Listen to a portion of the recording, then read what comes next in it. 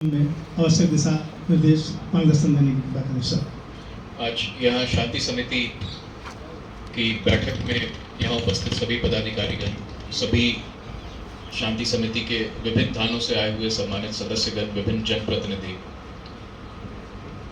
अभी न केवल रामनवमी चैती छठ बल्कि और भी क्षेत्र की बहुत सारी समस्याओं से आप लोगों ने अवगत कराया, चाहे वो पेयजल की समस्या हो, स्वास्थ्य।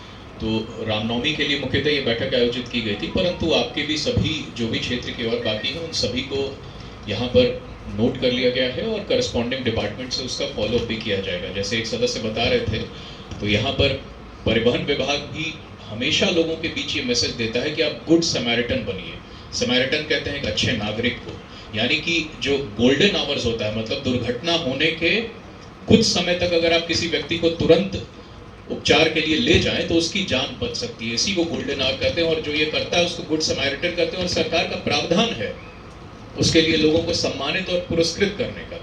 तो मुझे तो आश्चर्य हो रहा है कि ये बकरी बराबर थाने में आके इनके बारे में पता चल रहा है, जो इन्होंने इतना अच्छा नेक कार्य किया है और इतने लोगों का जीवन बचाया है। तो निश्चित रूप से हम लोग परिवहन विभाग के माध्यम से इनको सम्मानित करेंगे। यहाँ पर संबंधित थाना अंचल से इनकी रिपोर्ट भी विधिवत मंगाई जाएगी।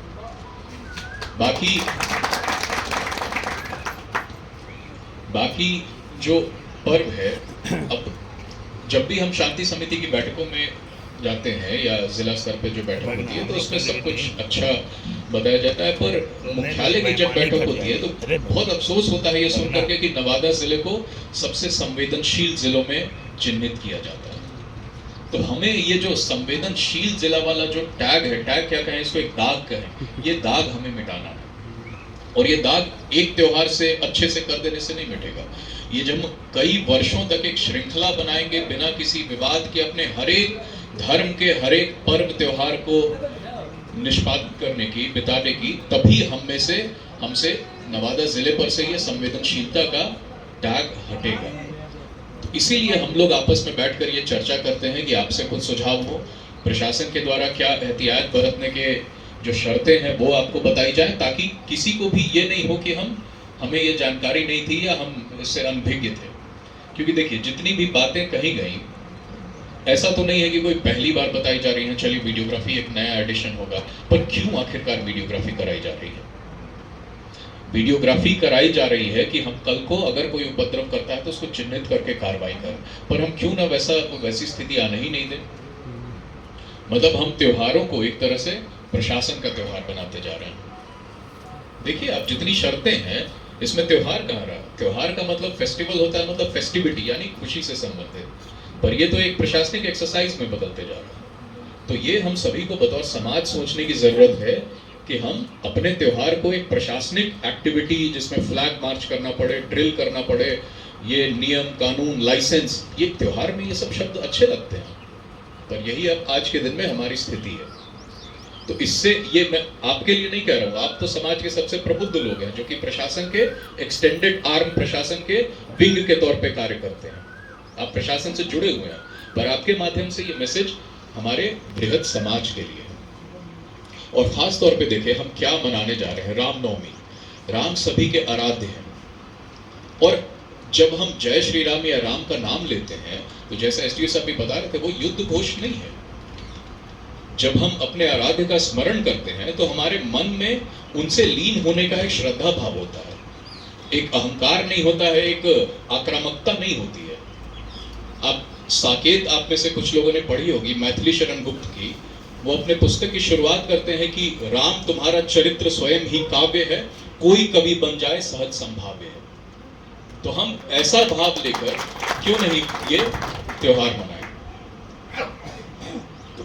जितनी भी शर्तें बताई गई हैं, देखिए इसमें जैसा जनप्रतिनिधि भी बता रहे थे कि हमें नजर रखनी है वही युवा वर्ग पर, और युवा वर्ग को आपको अपनी क्रेडिबिलिटी, अपनी विश्वसनीयता और अपना गार्जियनशिप इतना बनाना है कि युवा वर्ग आपकी बात सुन सके, बहकावे में नहीं आए।